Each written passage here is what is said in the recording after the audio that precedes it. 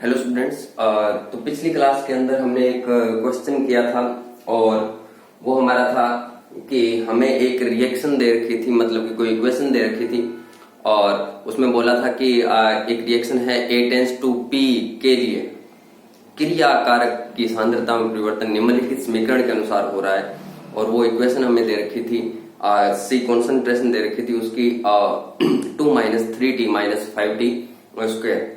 और इसके लिए जो अभिक्रिया की दर है वो ज्ञात करनी थी हमें t = 0 सेकंड पर और t = 2 सेकंड पर। तो इसका आंसर हमने देखा था पिछली बार, जो हमारा आंसर आया था वो हमारा आया था एक तो 3 मोलर पर सेकंड और एक 23 मोलर पर सेकंड। इसके आगे हम न्यूमेरिकल पोर्शन ही देख रहे हैं, तो न्यूमेरिकल पोर्शन में अगला क्वेश्चन है वो हमारा हम लिख रहे हैं। तो क्वेश्चन आज के सेशन का फर्स्ट क्वेश्चन है कि हमें कोई रिएक्शन दे रखी है और जिसमें ये दे रखा है 3A प्लस में 5B टेंड्स टू 6C। ये इक्वेशन दे रखी है 3A प्लस में 5B टेंड्स टू 6C। इसके अंदर बोलता है कि क्रिया कारक B, जो हमारा रिएक्टेंट B है, इसके घटने की दर दे रखी है। B के घटने की दर ये हमें दे रखी है और ये दे रखी है 2 × 10⁻⁻⁵ मोलर पर सेकेंड। इसमें हमें A के घटने की दर और संपूर्ण अभिक्रिया की दर है वो ज्ञात करनी है। तो क्वेश्चन लिखिएगा, अभिक्रिया 3A plus 5B tends to 6C में यदि अभिक्रिया 3A plus 5B tends to 6C में यदि B के घटने की दर 2 × 10⁻⁻⁵ मोलर पर सेकेंड 2 × 10⁻⁻⁵ मोलर पर सेकेंड हो, तो क्रिया कारक A के घटने की दर तथा उत्पाद C के बनने की दर वह संपूर्ण अभिक्रिया की दर ज्ञात कीजिए। वह संपूर्ण अभिक्रिया की दर ज्ञात कीजिए। तो सबसे पहले हमें क्या करना है कि जब भी आपको ऐसा क्वेश्चन दिया जाता है न्यूमेरिकल पोर्शन के अंदर, तो आपको सबसे पहले ये लिखना है कि न्यूमेरिकल जो करना है वो किस प्रकार से करना है। इसमें आपको सबसे पहले लिखना है गिवन, हमें दे क्या रखा है, जो चीजें दे रखी है उनको लिख लीजिएगा और फिर ज्ञात क्या करना है उनको हमें लिखना है ना। सबसे पहले हमें जो दे रखा है वो दे रखा है गिवन में कि B के घटने की दर दे रखी है। और घटने की दर को ऐसे क्वेश्चन के अंदर हम घटने के लिए, B हमारा क्या है, रिएक्टेंट है, और घटने की दर के लिए हम क्या लगाते हैं, माइनस साइन, है ना।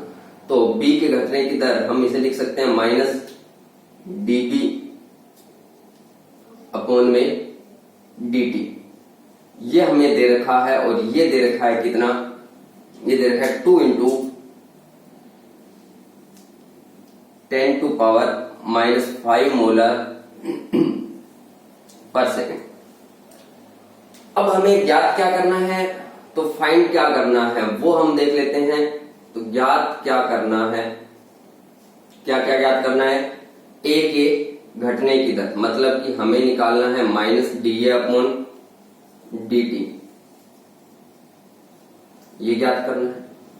C के बनने की दर, तो C के बनने की दर हमें ज्ञात करनी है प्लस BC अपॉन में dt, ये ज्ञात करना है। इसके साथ में एक संपूर्ण अभिक्रिया की दर, हम इसे मान लेते हैं क्या है, ये हमारी R है, ये ज्ञात करनी है।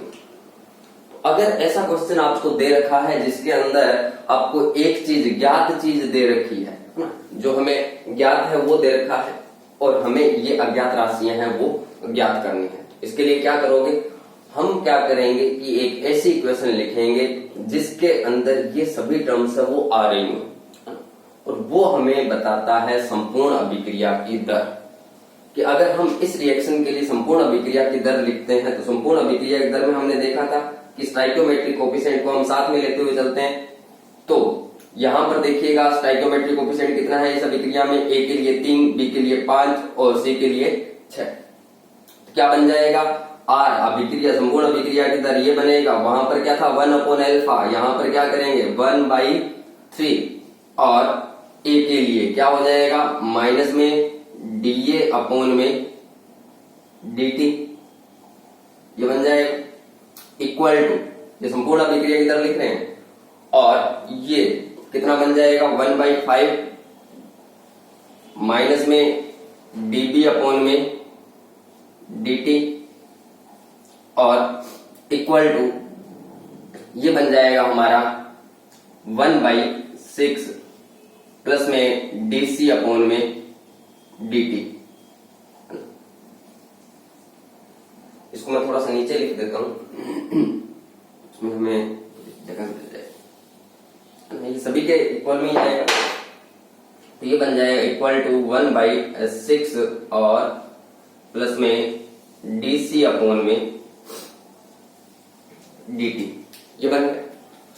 अब हमें क्या करना है कि हमें जो चीज निकालनी है, जैसे अगर ये फाइंड करना है हमें dA अपॉन dt है ना, माइनस में, इसको अगर फाइंड करना है तो हम क्या कर सकते हैं कि दो अगर हमें अज्ञात राशियां दे रखी है तो हम एक अज्ञात राशि का मान ज्ञात नहीं कर सकते।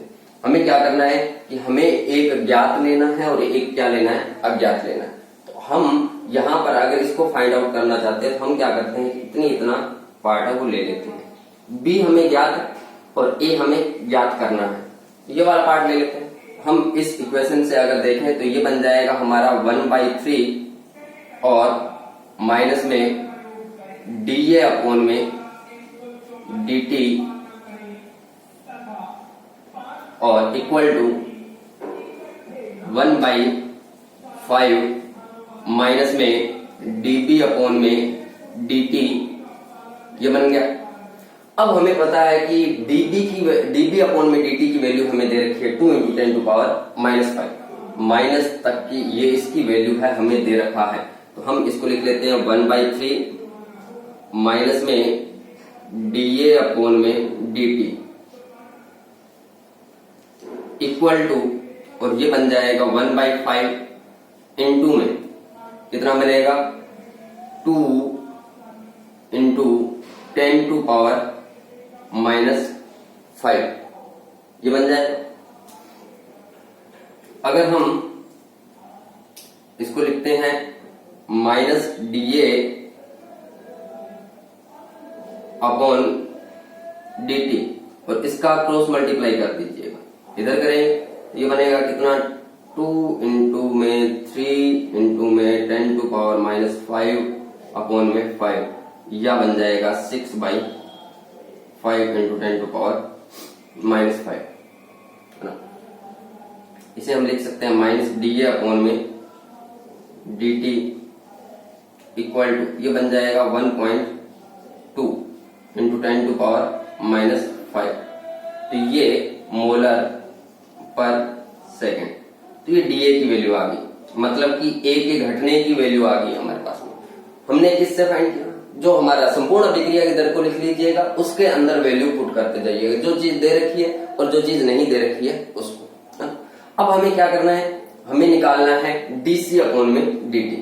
मेरे पास में ज्ञात क्या आ गया, एक तो ये भी आ गया कि ये ज्ञात, तो मैं इसको और इसको ले सकता हूं, और एक हमारे पास में ये ज्ञात था पहले से, तो ये और ये इन दोनों को लेकर भी कर सकता हूं। दोनों तरीका ही देख लेते हैं। अगर आप इसको लेते हो कि 1/5, हम ये लिख देते हैं कि हमें मिला 1/5 फ्रॉम 1/5 और माइनस में dB upon dt equal to, ये बन जाएगा 1/6 और प्लस में dC अपॉन में dt, अब हमें ज्ञात क्या करना है, ये वाला ज्ञात करना है। ये इसकी वैल्यू हमें दे रखी है, इसकी अगर वैल्यू दे रखी है आपको तो क्या करोगे, ये वैल्यू पुट कर दोगे इसके अंदर, तो ये बन जाएगा हमारे पास में 1/5 और 2 इंटू 10⁻⁻5। ये थोड़ा सा दिखाई नहीं दे रहा होगा, हाँ, तो ये बन जाएगा 2 इंटू 10⁻⁻5 और ये बनेगा 1/6 प्लस में dc अपॉन में dt। क्रॉस मल्टीप्लाई कर दीजिएगा इसका, तो क्रॉस मल्टीप्लाई करोगे तो ये बन जाएगा कितना 6/5 और 2 इंटू 10⁻⁻5 इक्वल टू प्लस में dc अपॉन में dt। ये बन गया। इसको अगर मैं लिखता हूं तो प्लस में dc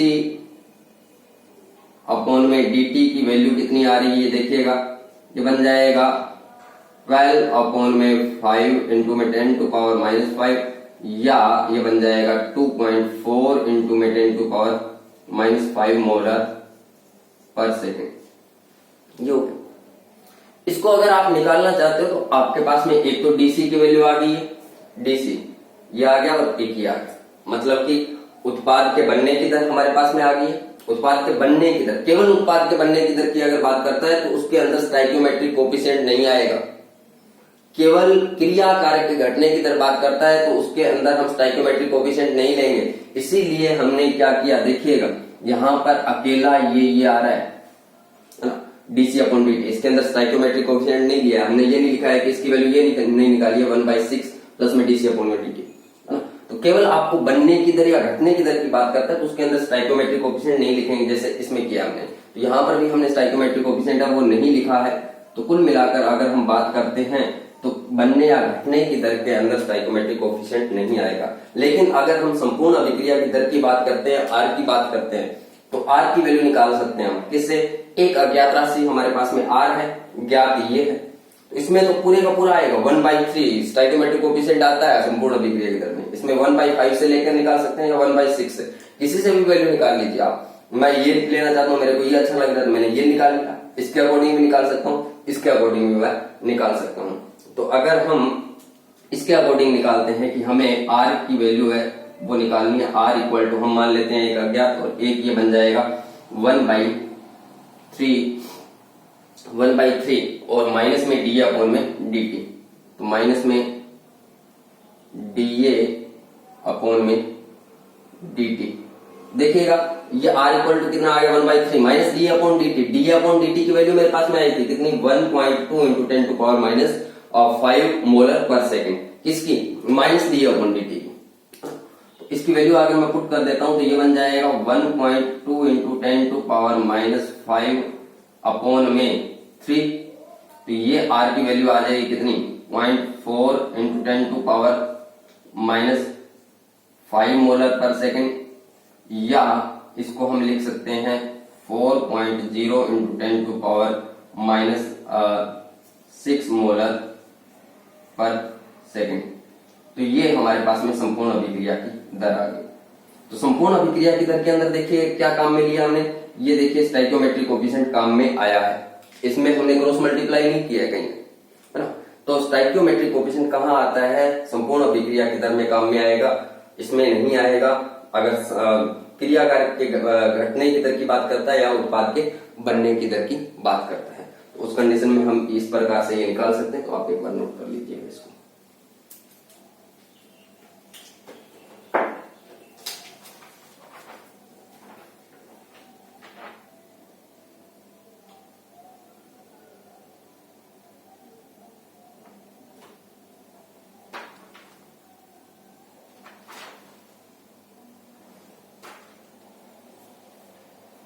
अगला क्वेश्चन लिखिएगा,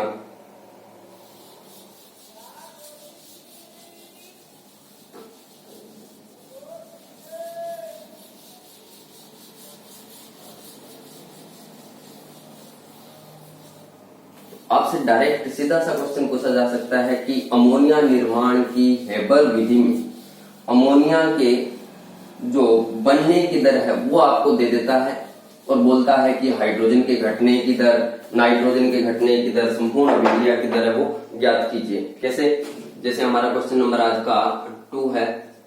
इसमें बोलता है, लिखिएगा कि अमोनिया निर्माण की हेबर विधि में अमोनिया के बनने की दर 2 × 10⁻³ मोलर पर सेकेंड है। 2 × 10⁻³ मोलर पर सेकेंड है। तो हाइड्रोजन व नाइट्रोजन के घटने की दर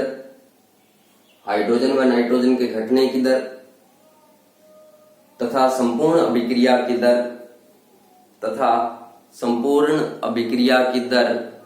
ज्ञात कीजिए। अगर हमें संपूर्ण अभिक्रिया की दर है वो ज्ञात करनी है तो किस प्रकार से हम ज्ञात करेंगे? सबसे पहले अमोनिया निर्माण का हेबर प्रोसेस।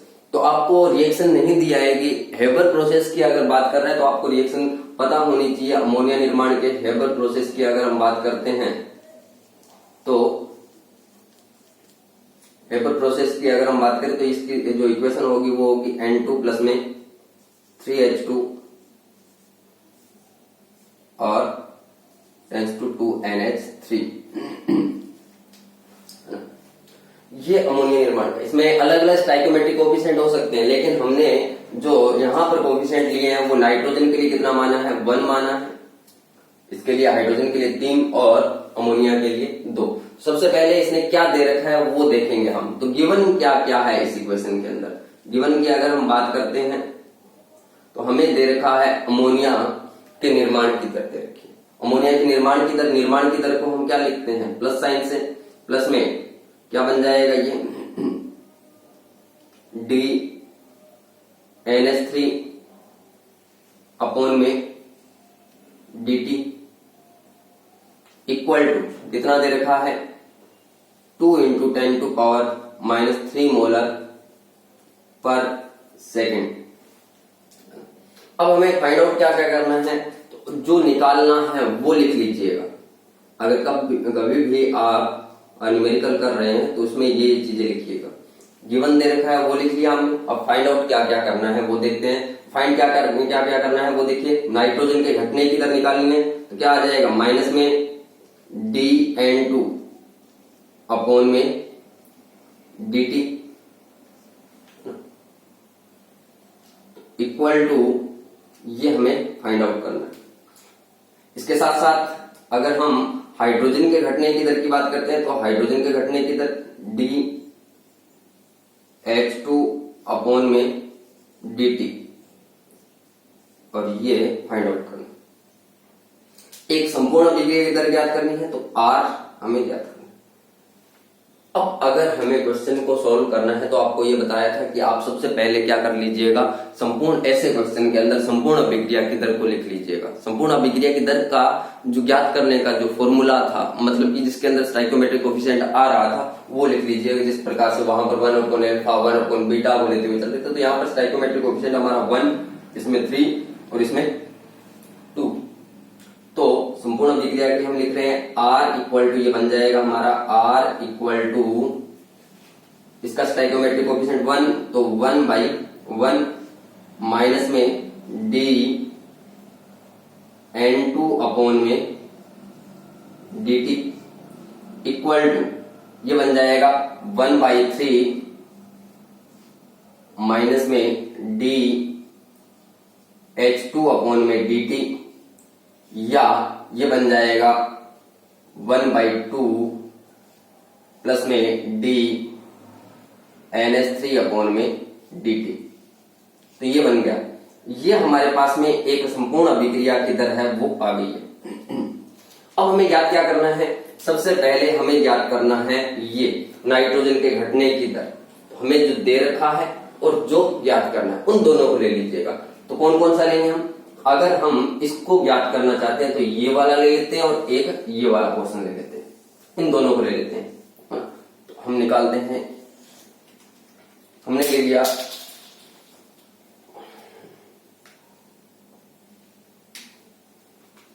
ये लिया है -D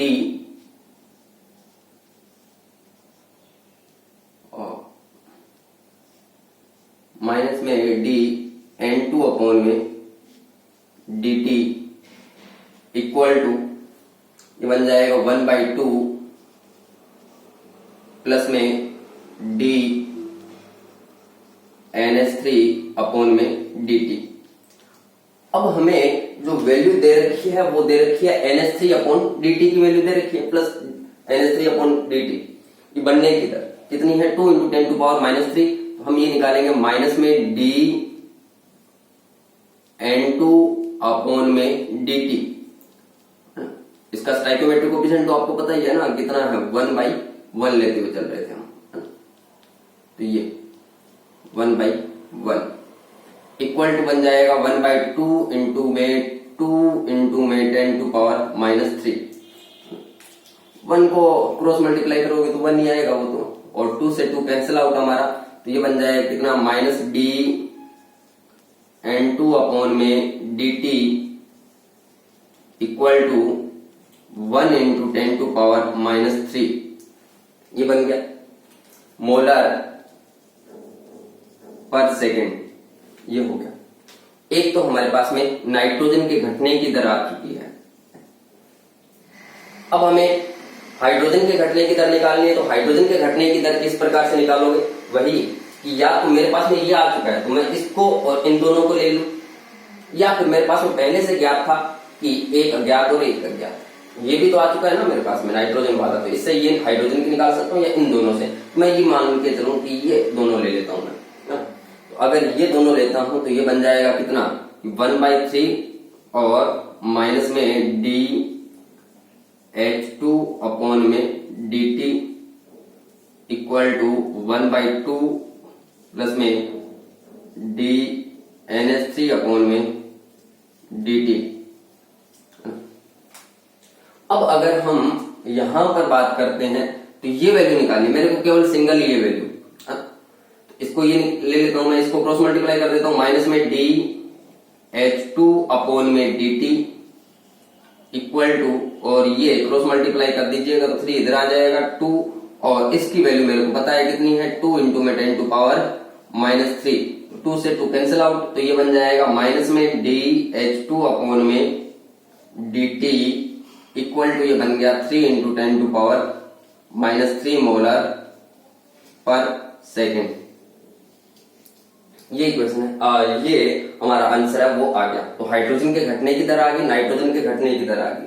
अब हमें निकालना क्या है, अब हमें निकालना है संपूर्ण अभिक्रिया की दर। तो संपूर्ण अभिक्रिया की दर में R निकालनी है, तो R मैं किस से निकाल सकता हूँ, R जिनके अंदर स्टाइकोमेट्रिक कोएफिशिएंट आ रहा है मैं ये ले सकता हूँ पूरे का पूरा, ये वाला भी यूज में ले सकता हूँ, तो तीनों यूज में ले सकते हैं। जो भी हमारे पास में ये भी ज्ञात है, ये भी ज्ञात है, ये भी ज्ञात है, ये अज्ञात है, तो एक अज्ञात को हम एक ज्ञात से ज्ञात कर सकते हैं। तो हम मान लेते हैं कि हमारे पास में जो वैल्यू दे रखी है वो नाइट्रोजन वाली दे रखी है, ये वाली अज्ञात है हमारे पास में, तो हम R की वैल्यू लिख रहे हैं, R इक्वल टू हम मान लेते हैं कि ये बन जाएगा 1/1 से माइनस में डी N2 अपॉन में dt। देखिएगा कितनी वैल्यू आएगी R की, 1/1 स्टाइकोमेट्रिक कोएफिशिएंट तो साथ में आएगा ही आएगा, N2 कितना है 1 इंटू 10⁻³ मोलर पर सेकेंड, ये R रखी है वैल्यू है ना, इनपुट कर दिया तो कितना आ गया, R की वैल्यू आ गई 1 इंटू 10⁻³ मोलर पर सेकेंड। क्वेश्चन चेक करना हो कि हमारा आंसर सही है या नहीं है, तो इसके रिस्पेक्ट में भी निकाल के देख लीजिएगा कि R इक्वल टू, अगर हम ये निकालते हैं 1/3, ये रेट तो सेम आएगी सभी के रिस्पेक्ट में, डी H2 अपॉन में dt। DH2 अपॉन dt की वैल्यू कितनी आई थी हमारे पास में 3 इंटू 10⁻³, तो इसमें स्टाइकोमेट्रिक कोएफिशिएंट तो साथ में रखना है, और ये वैल्यू आ गई 3 इंटू 10⁻³, तो 3 इंटू 10⁻³ और 3 से 3 कैंसिल आउट हो जाएगा, तो हमारे पास जो वैल्यू आएगी वो आएगी R इक्वल टू, ये बन जाएगा 1 इंटू 10⁻³।